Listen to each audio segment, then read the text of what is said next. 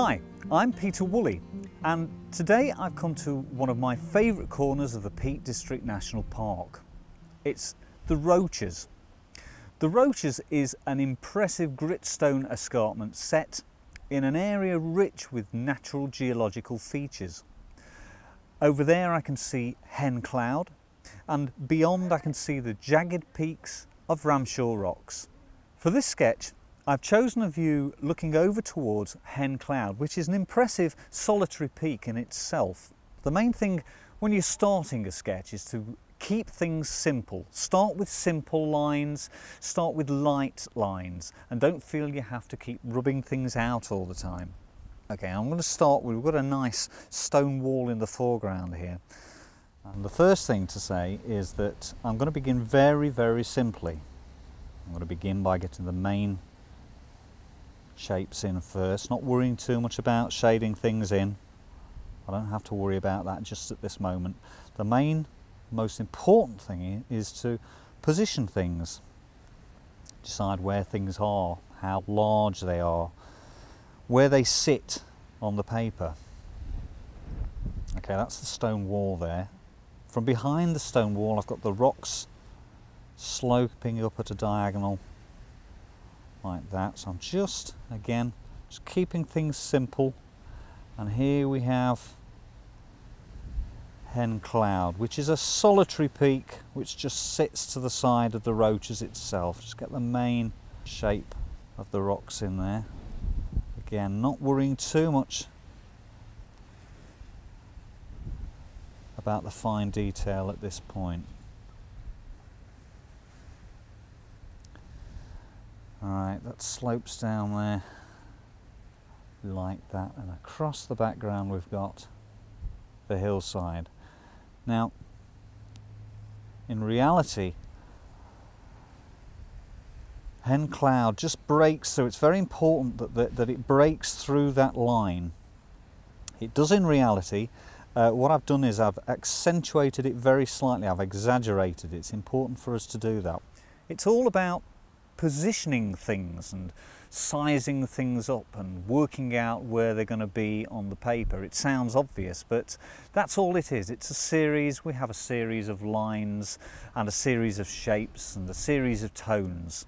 I've got another hill coming in there, and look at that, we've got a T-junction there and we've got T-junctions. T-junctions are very important. We want T-junctions as opposed to crossroads.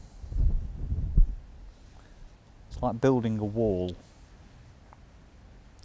Speaking of which, we're back on the wall here. Again, I'm just sort of getting the main shapes in there. I'm not going to try and get the exact I'm not going to try and get the wall exactly as it is. As long as I get the rough shape of it, a general feel for it, that's okay. These grasses in the foreground. And these rocks are very important. The whole of this is very important because it leads us in, all leads us into the picture.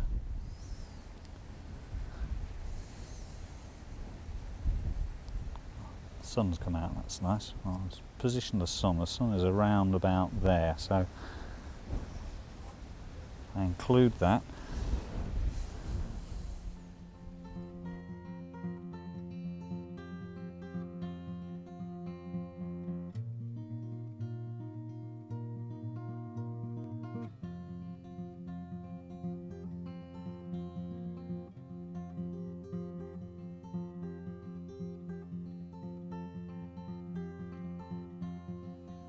Well, I think that'll do me for now. I think what you have to remember with a sketch like this made on site is that it's not necessarily the last word in the subject. I can take this away and explore and develop the subject further until I'm happy with it. That's the outdoor sketching completed. I've discarded my walking boots and silly hat, and I'm preparing now to paint up from my sketches. But before putting paint to paper, I want to show you how we can develop the ideas, develop the information that we've collected in the original outdoor sketch, using something I like to call a studio sketch. Now, this is an opportunity to explore the subject just that little bit further. It's an opportunity to improve upon it. I'm going to start in the same place that I started on the original sketch, which is with these two standing stones. Now, initially, I'm only interested in getting the stones positioned correctly. Are they the right size? Are they the right shape? Are the stones leaning in the right direction? In short, I'm reproducing what's in the original sketch. But what greatly interested me was the footpath, the way the footpath leads the eye into the picture. And that's something I'm keen to exaggerate and emphasize. And the studio sketch gives me the opportunity to do that. It also gives me the opportunity to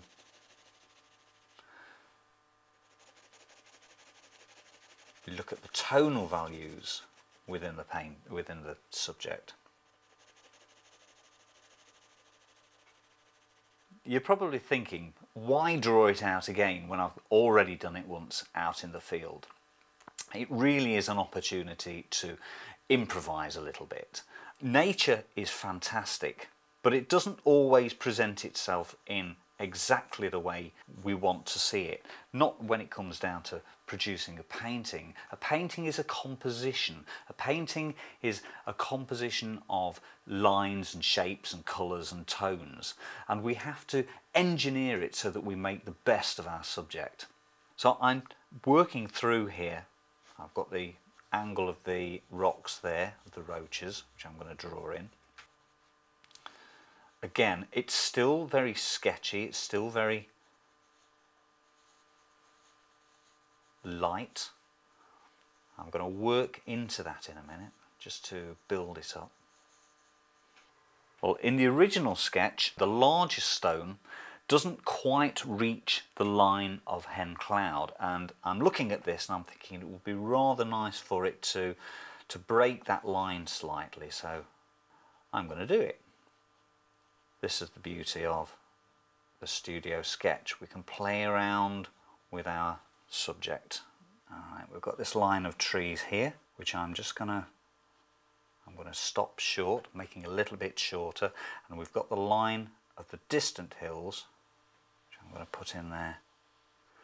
Again, it's important for it to break that. It's important actually for it not to coincide. The worst thing out would be if the top line of the distant hills coincided exactly with the top point of Hen Cloud. These are little coincidences that we've really got to try and avoid if possible. I'm going to start working my way into the sketch now, shading in and defining the areas of light and dark. Because my light is coming from over here, in fact I'll put the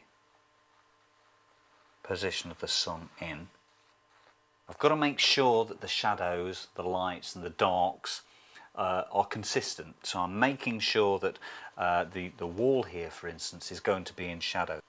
I'm using a 2B pencil. It's the grade that I use when I'm sketching out of doors. It's also the grade that I use indoors. I like a 2B pencil because I can get the variety of tones. I can get very dark darks and I can get quite light lines as well, but I'm not forever sharpening it.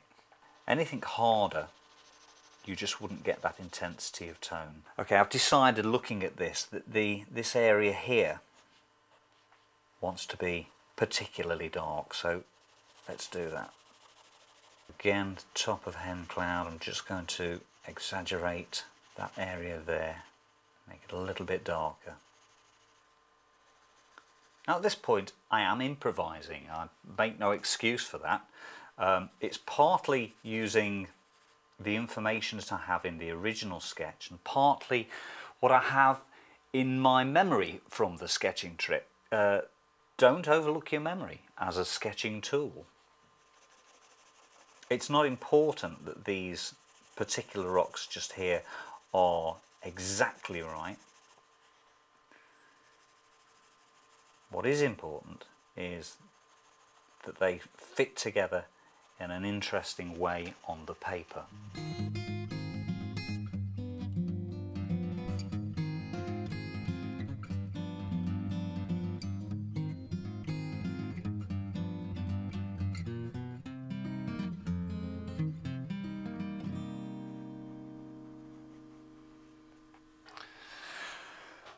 There we go, I think that'll do it. I'm happy with that.